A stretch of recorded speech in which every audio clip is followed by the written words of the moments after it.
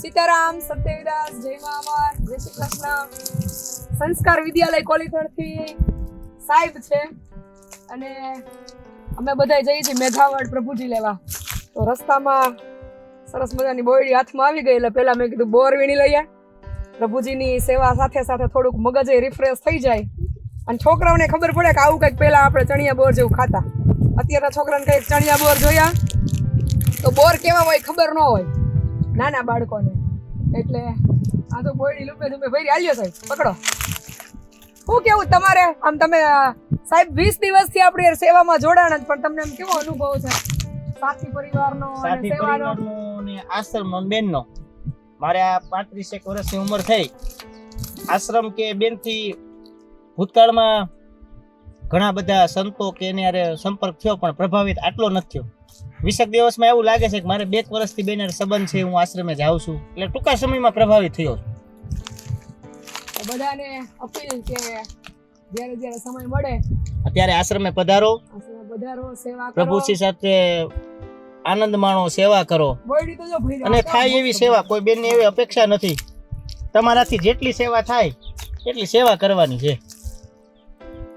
હું તો લગભગ હવે વીકલી 1 દિવસ એવું નક્કી કરું છું. અનુકૂળતા ક્યારેક ન હોય તો ઠીક છે, બાકી વીકલી 1 દિવસ 15 દિવસે 1 દિવસ આશ્રમ ઉપર જવાનું. જગતની શાંતિ ક્યાંય ન મળે તો છેલ્લે અમરધામ આશ્રમે મળે. અમરધામ આશ્રમે મળે ઈ પાકું. ચલો હવે આપણે આ બાજુ કેસુડો છે, કારણ કે મને અમે નેચર પ્રત્યે એટલો બધો પ્રેમ કે આવું નેચરલ કઈ મળે ને તો ગાડીની બ્રેક લાગી જાય.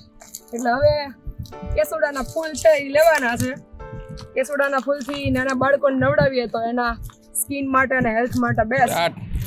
છોકરાઓને લઈને બોર વીણવા જવાનું. બોર વીણવા આવી જાવ બધા. કોલ આવે ત્યારે કોલ ખાવા જવાનું. આપણે બોયડી કઈ ભરી જો તો બધું કેસુડા વીણવા કાલે નાના જામ આમ ખખેરતા કાંટા લાગે ને કાંટાને નીચે એમાંય તમે પોતી પૂનમમાં તો આ ધંધો બેજી કરવાનો. કાંટા વાગે ને એટલે આમ ઝાડુ પકડીને ખખેર લેવાના બોર, પછી વીણી લેવાના. સબલા લઈને જઈ હા, સબલા લઈને પાથરીને ઉપર એક લાકડી મારવાની પણ ઘરે દઈને કરી લેવાનું. આ સ્વીકાર્ય કે ન સ્વીકાર્ય વેલા મોડું પાછું આ તરફ આવવું જ પડશે. જો સ્વસ્થ જીવન જીવવું હોય અને શાંતિથી જીવનને માણવું હોય તો ગમે એવું ડિનર લ્યો, 5000 ની ડીશ, આવો ટેસ્ટ કે આવો આનંદ આવશે નહીં. આવો આનંદ આવશે નહીં.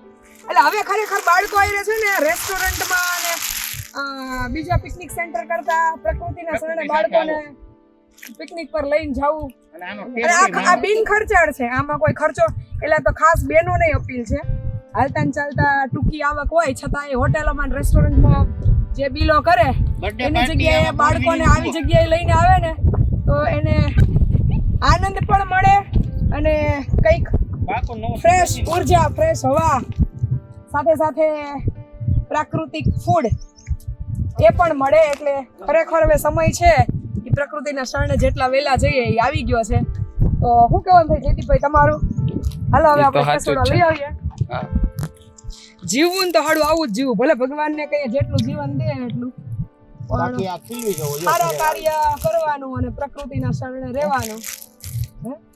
કુદરત ખીલવી શકે, બાકી ઘરે વાવીને આંગણામાં ખીલવી જવો પ્રકૃતિ ન થાય.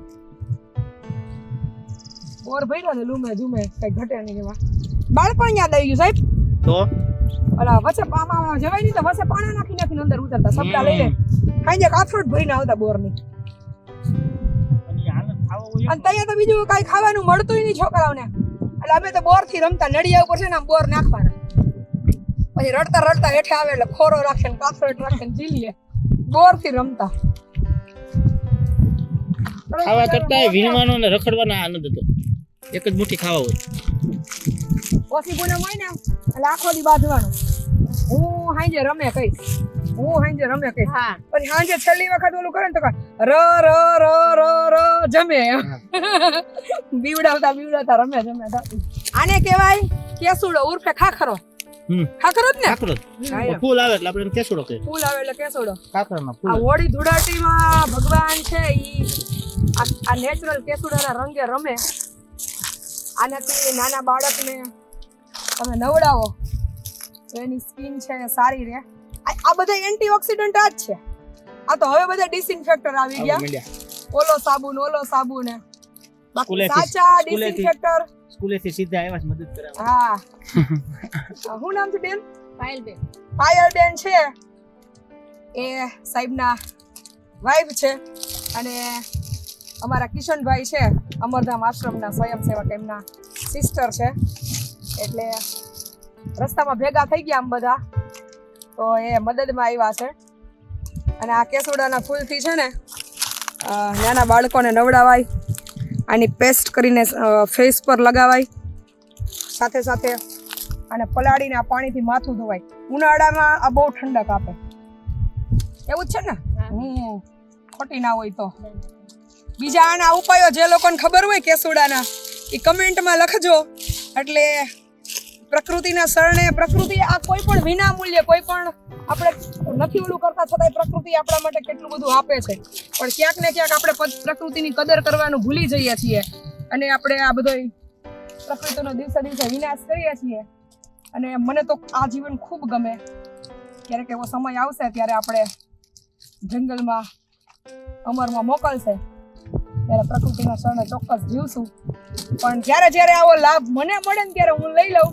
એટલે કેસુડાના ફાયદા શું છે, એનો શું ઉપયોગ થાય, એ કેસુડાના જાણકાર જે વ્યક્તિ હોય એ કમેન્ટ બોક્સમાં કમેન્ટ કરજો અને આના ઉપયોગ છે એનાથી માહિતગાર કરજો. આ રોડે ઘણા બધા કેસુડાના ઝાડ છે, લગભગ હું જોઉં છું તો 100 ઉપર ઝાડ તો મને આસપાસ આમ દેખાય છે દૂર સુધી. તો આપણે જ્યારે કેસુડો ખુલશે ત્યારે આ ભેગા કરી અને જેને જેને જરૂર હશે એને કુરિયરથી મોકલશું. દુકાનો ઉપર એ મળે છે પણ આ ઓના જેવું છે કે હાથે આપણે વીણા હોય ને એનો આનંદ વધારે હોય. પૈસા દેતા બધું મળે પણ પૈસા દેતા જે લાગણી છે, જે પ્રેમ છે, પોતે ભેગું કરેલો એ ન મળે. એટલે મારો સ્વભાવ એવો છે કે હું જે કાર્ય કરું ને એ હું મારા હાથે કરું તો મને વધારે આનંદ આવે. કોઈકને કંઈક સારું આપવું, કોઈક માટે સારું વિચારવું, સારું બોલવું એ મારો જીવન મંત્ર છે. એટલે મને આવું ગમશે. જ્યારે આ બાજુ કેસુડો ખુલશે ત્યારે અમે પાછા આવશું, ભેગો કરશું અને આનો જે ઉપયોગ હોય એ બધા કમેન્ટમાં જણાવજો. પછી જેને જેને જરૂર હશે એને હું અહીંયાથી કુરિયર કરી દઈશ. ચલો, આવી જ રીતે સાથ સહકાર આપતા રહેજો. પ્રકૃતિના શરણે પ્રભુજીની સેવા, ભજન, સત્સંગ દરેક છે એ આ પેજ ઉપરથી આપણે કરતા રહેશું અને મળતા રહેશું. બધાને જાજા કરીને જય મા અમર, સીતારામ, સદૈવ.